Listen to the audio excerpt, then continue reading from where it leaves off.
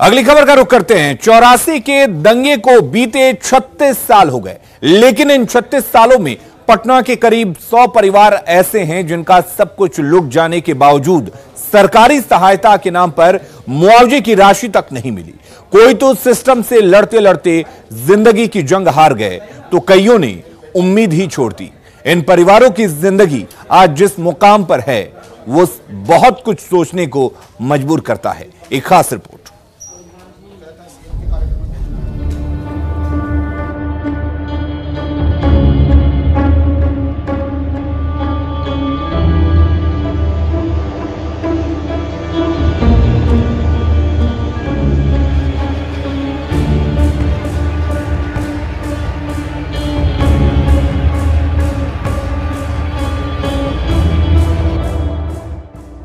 भारत के आसमान में उठता काला धुआं किसी के सपनों अरमानों को जला रहा था। 1984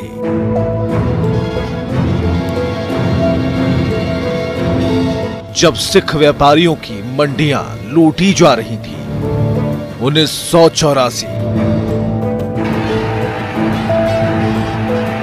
36 साल बाद इन्हीं तस्वीरों में काली हो चुकी इमारत की मालकिन महेंद्र कौर किसी सुरक्षित ठिकाने की तलाश में अपने परिवार के साथ निकल रही थी। 84 के दंगे में सब कोई बोलता था मिलेगा मिलेगा, उसने सब घूस ले लिया, सब कुछ कर दिया और एक पैसा नहीं मिला हम लोग को। वो जो मकान बेच के भी सारा पूंजी खत्म हो गया।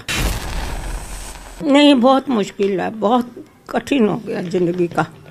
मेरे भी फेस मेकर लगा हुआ है इस टाइम भी। 2 साल पहले मेरे बहुत ज्यादा हो गया था अटैक। आज तो हम अपने खुद से काम कर रहे हैं, किराए के मकान में रह रहे हैं। मेरे हस्बैंड में इसी की वजह से गुजर गया, उनको भी हार्ट अटैक हो गया था, उसके बाद बीपी बहुत ज्यादा हो गया था इसके बाद। जब घर ही नहीं दिल भी टूटे थे। 80 साल की महेंद्र कौर के हाथ में स्वेटर का ताना बाना तैयार हो रहा है, क्योंकि 2 वक्त की रोटी को चखने के लिए उंगलियों को बार बार एक साथ टकराना होगा। दाने दाने को मोहताज महेंद्र कौर की आंखों की पुतलियों में दर्द की बूंदें भरभरा जाने को बेताब हैं। मुआवजे की उम्मीद फिल वक्त बेमानी है। आजकल हम अपना स्वेटर बना के सेल करवाते हैं। इस उम्र में भी? हाँ, इस उम्र में कर रहे हैं। इतना परेशानी है। बेटा मेरा गुरुद्वारे में नौकरी कर रहा है, कभी हम सोचा नहीं था नौकरी करेगा। कितनी उम्र है आपकी? मेरा 80 साल का उम्र है। 80 साल में काम करना लगता है, पार लगता है वो काम करना? क्या मजबूरी है, क्या करें।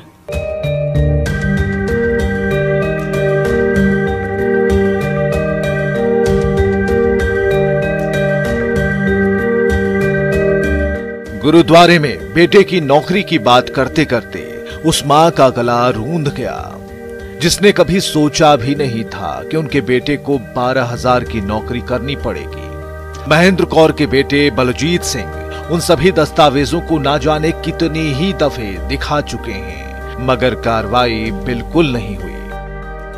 पुलिस रिपोर्ट हम लोग दिया, बोला हम लोग को मनाहट हुआ। देने के बाद बोला नहीं, आपको पहले नहीं मिला इसलिए मुआवजा नहीं मिलेगा। बस यही बात सर, हम लोग को पैसा नहीं मिला।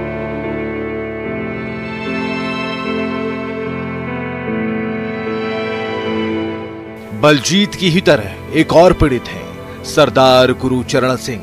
बहुत छोटे थे जब उस काले धुएं और नफरत का मंजर समझ से दूर कहीं दिख रहा था, लेकिन परेशानी आज की तारीख में आंसुओं का सैलाब ला रही है। काफी पापा तो मेरे ख्याल से 10 साल दौड़े हैं, उसके बाद वो बीमार भी रहने लगे। ओल्ड एज थे, 72 इयर्स हो गया था उनका एज।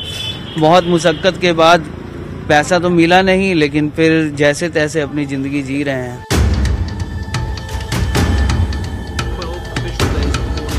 दंगों की आग दिल्ली से बिहार दहका रही थी।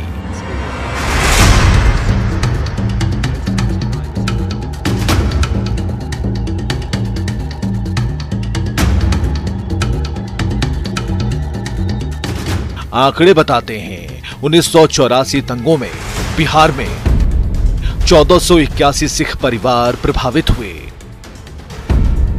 7,000 से ज्यादा लोग पीड़ित हुए, 19 करोड़ की संपत्ति का नुकसान हुआ, 125 परिवारों को ही मुआवजा मिल पाया। 100 परिवारों को अभी भी मुआवजे का इंतजार है। राजनीति की आंच में यह मामला बार बार जलता रहा, लेकिन उन 100 परिवारों का दर्द बांटने कोई नहीं आया। एक दूसरे के माथे ठीकरा फोड़ने का सिलसिला आज भी जारी है।